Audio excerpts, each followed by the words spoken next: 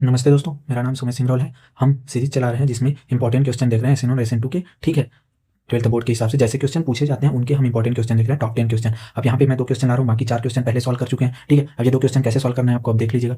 अब ये क्वेश्चन पहला 5th क्वेश्चन क्या बोला है, why do tertiary alkyl halide generally undergo SN1 reaction while primary alkyl halide undergo SN2 reaction. ठीक है, अब इसका रीजन देना है आपको कि क्यों होता है टर्शियरी एल्काइल हैलाइड में अंडरगो होता है SN1 रिएक्शन ही क्यों होता है। ठीक है, और प्राइमरी एल्काइल हैलाइड में SN2 रिएक्शन ही क्यों होता है। तो इसका रीजन इसके मैकेनिज्म में छुपा हुआ है, क्योंकि SN1 रिएक्शन में क्या होता है, SN1 रिएक्शन में कार्बोकेटाइन का फॉर्मेशन होता है, कार्बोकेटाइन फॉर्म होता है। ठीक है, इंटरमीडिएट एक बनता है।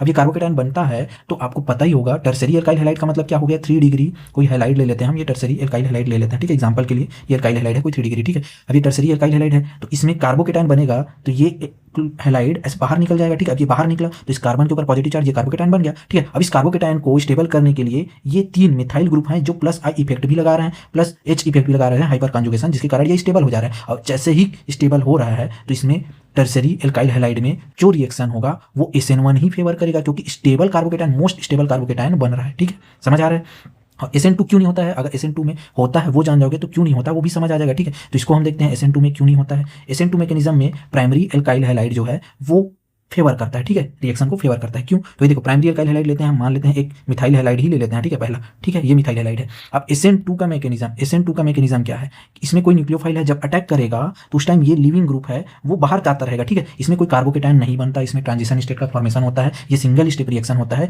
जिस कारण ये लिविंग ग्रुप जब बाहर जाते रहेगा उस टाइम उस पीछे से न्यूक्लियोफाइल अटैक करेगा। मतलब लिविंग ग्रुप यहाँ से पूरी तरीके से बाहर नहीं गया है तो न्यूक्लियोफाइल इधर से अटैक कर ही नहीं पाएगा, क्योंकि ये दोनों में रिपल्सन हो जाएंगे। ठीक है, तो ये पीछे से अटैक करेगा और पीछे से जब अटैक कर पाएगा, जबकि यहाँ पे जो ये हाइड्रोजन ग्रुप लगे हुए हैं ये ग्रुप छोटे हों और ये ज़्यादा हिंड्रेंस ना देते हों इस न्यूक्लियोफाइल को, तो ये पीछे से आसानी से अटैक कर पाएगा। ठीक है, अब पीछे से आसानी से अटैक कर पाएगा तो ये रिएक्शन बहुत आसानी से हो जाएगा। तो इसलिए हम देखते हैं कि प्राइमरी एल्काइल हैलाइड में SN2 रिएक्शन होता है। ठीक है, चलिए अब क्वेश्चन नंबर 6 को देखते हैं। Arrange the following alkyl halide in increasing order of SN1 reactivity and give reason. अब SN1 की रिएक्टिविटी का इंक्रीजिंग ऑर्डर में ही देना है और रीजन क्या है आपको पता चल गया, यहाँ पे कार्बोकेटाइन का बनना। ठीक है, कार्बोकेटाइन मोस्ट स्टेबल होता है 3 डिग्री में। ठीक है, अब उसका रीजन भी देना है हमको ना। अब देखो लिविंग ग्रुप तो सेम है, यहाँ पे लिविंग ग्रुप सेम है, लिविंग ग्रुप के ऊपर कोई असर नहीं है। यहाँ पे हमको देखना है प्राइमरी, टर्सरी, सेकेंडरी, ठीक है, इनके ऊपर ध्यान देना है हमको। ठीक है, आपको इंक्रीजिंग ऑर्डर में करना है। ठीक है, तो इंक्रीजिंग ऑर्डर में अरेंज करना है तो जो लिस्ट स्टेबल है उसको पहले लिख लीजिए। ये लिस्ट स्टेबल है, ये तो वैसे 2 डिग्री देना चाहता है, 3 डिग्री देना ही नहीं चाहता है। ठीक है, उसके बाद आता है CH3 CH2 Cl, ये दे देगा। ठीक है, ये भी प्राइमरी है, ये भी नहीं देना चाहता लेकिन दे देगा, चलो हिंड्रेंस के कारण। ठीक है,